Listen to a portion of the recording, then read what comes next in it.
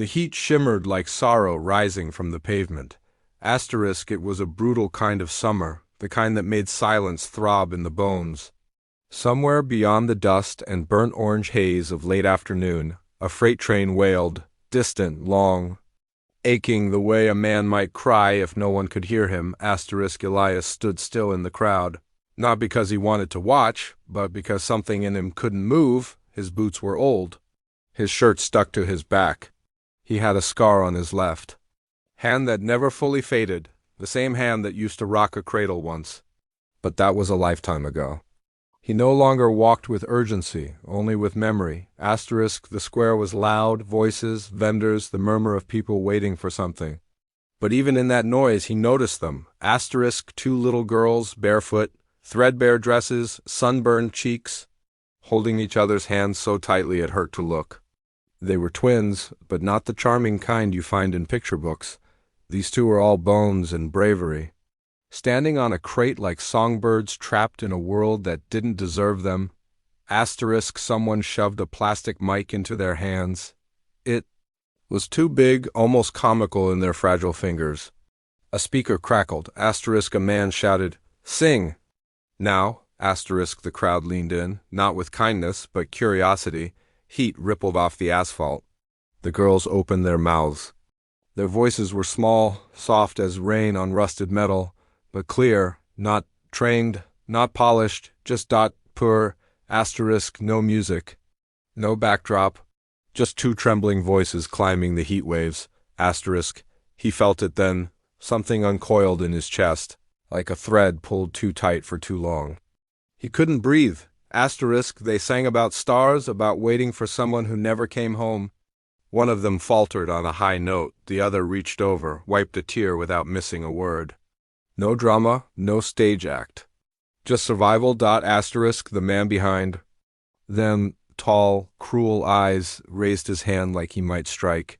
Elias stepped forward. He didn't plan to. Didn't know what he was going to do, but his body moved before his mind did. "Enough," he said, quiet, final. The man laughed. "Who the hell are you?" Elias didn't answer. Just walked up, pulled a crumpled bill from his back pocket, and set it in front of the girl's crate. They stopped singing. Just stood there, blinking up at him like stray animals who'd never been touched gently. "Go," he whispered. They didn't, not right away.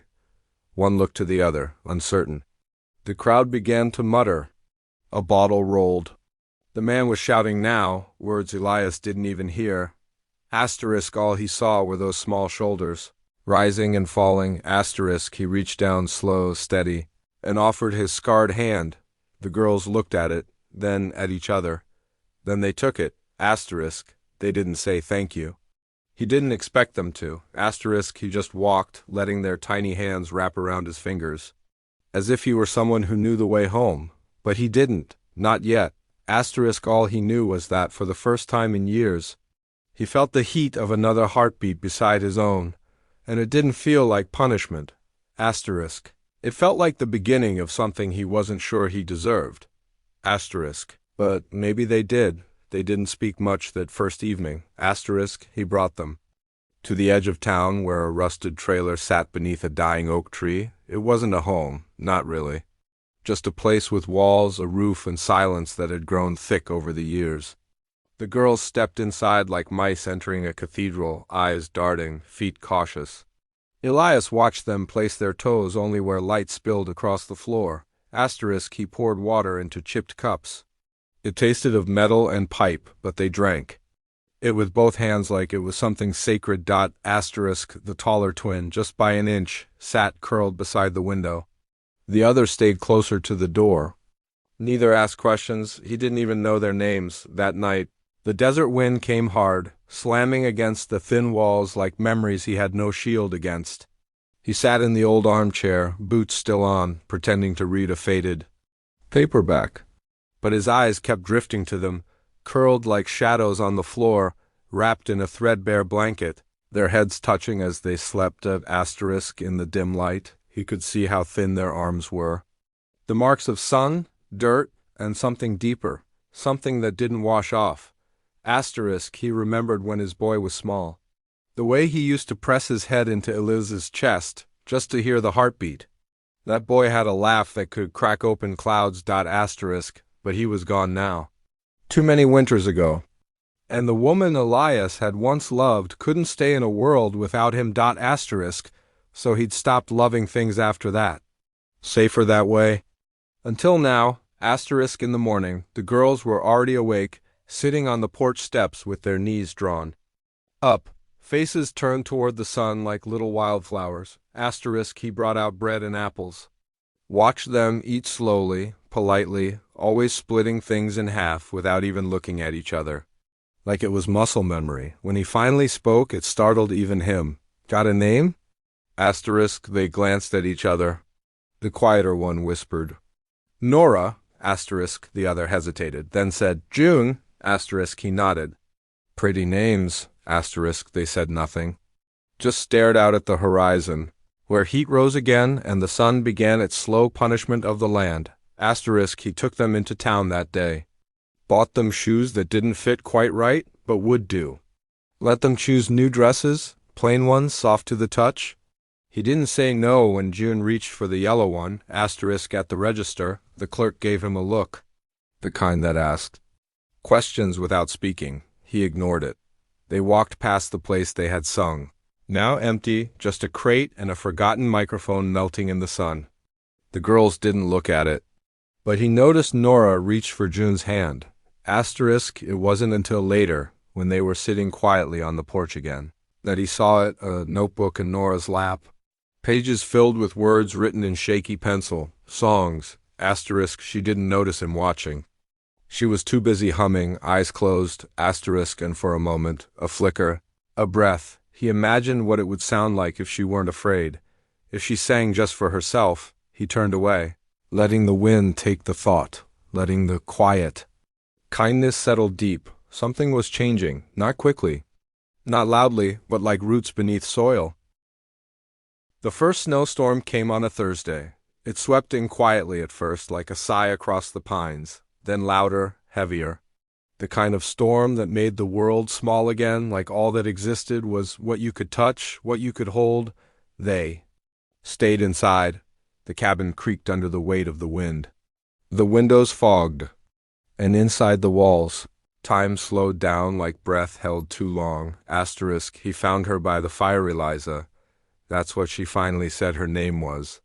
The older girl, asterisk, she told him in passing, her voice low and unsure, while folding a worn shirt he'd left in the laundry basket, as if giving him her name was just another chore, just another test to see if he'd stay the same once he knew it. Asterisk, he didn't say much, just nodded and said her name once, softly, like he was trying it out on his tongue. Eliza, it suited her quiet.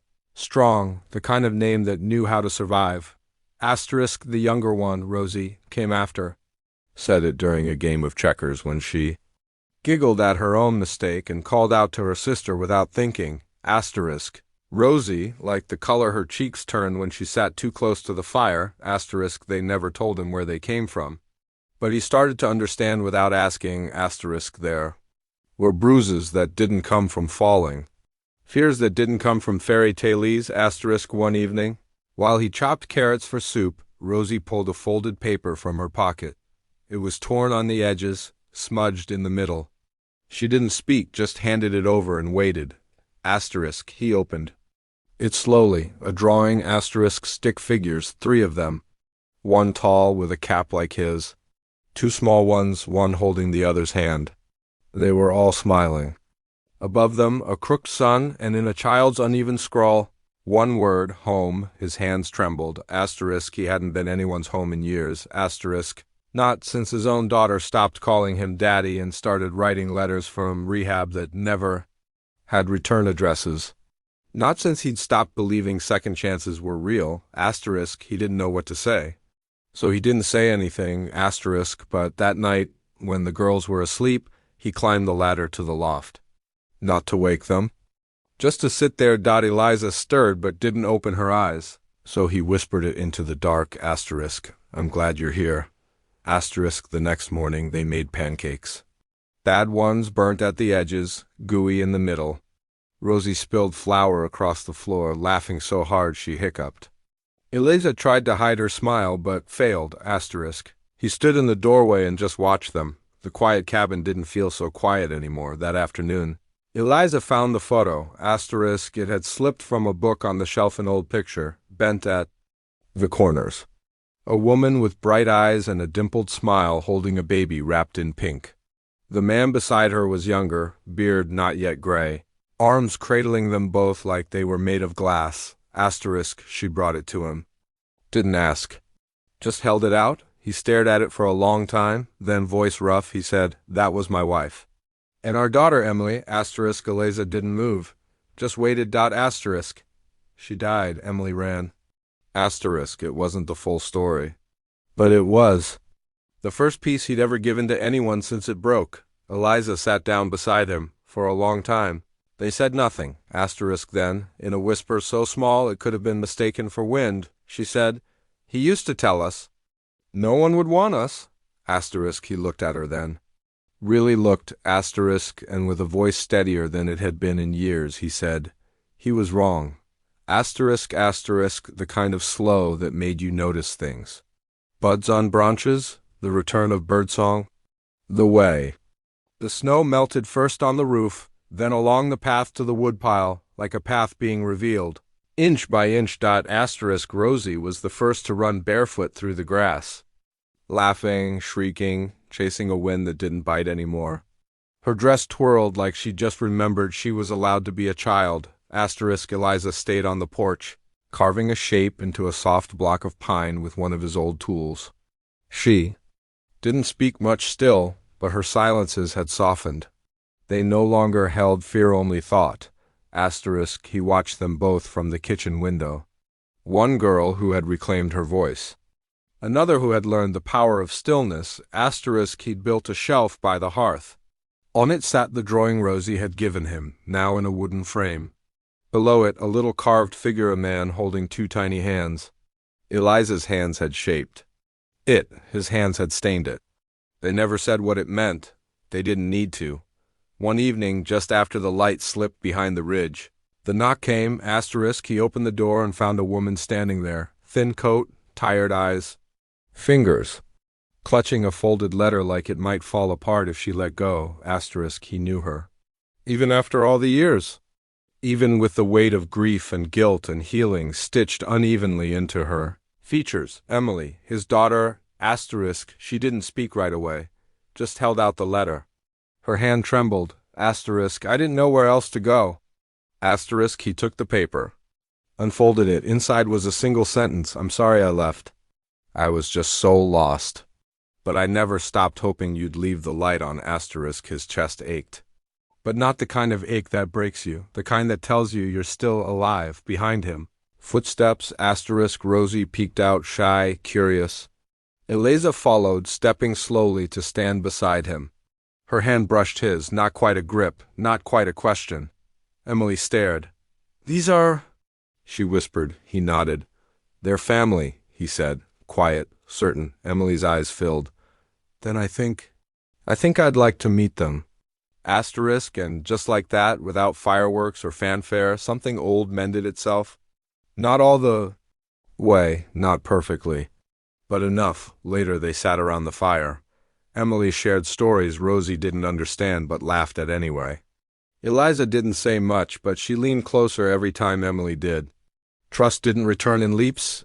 It came in inches. But it came that night. He found a note tucked under his mug. It was from Eliza, written in a shaky hand, but clear. You were the first person who didn't leave. That matters. He folded it once, then again. Pressed it to his chest like a promise. Outside. The wind whispered through the trees. Inside. The light stayed on, not because someone might return, but because someone already had.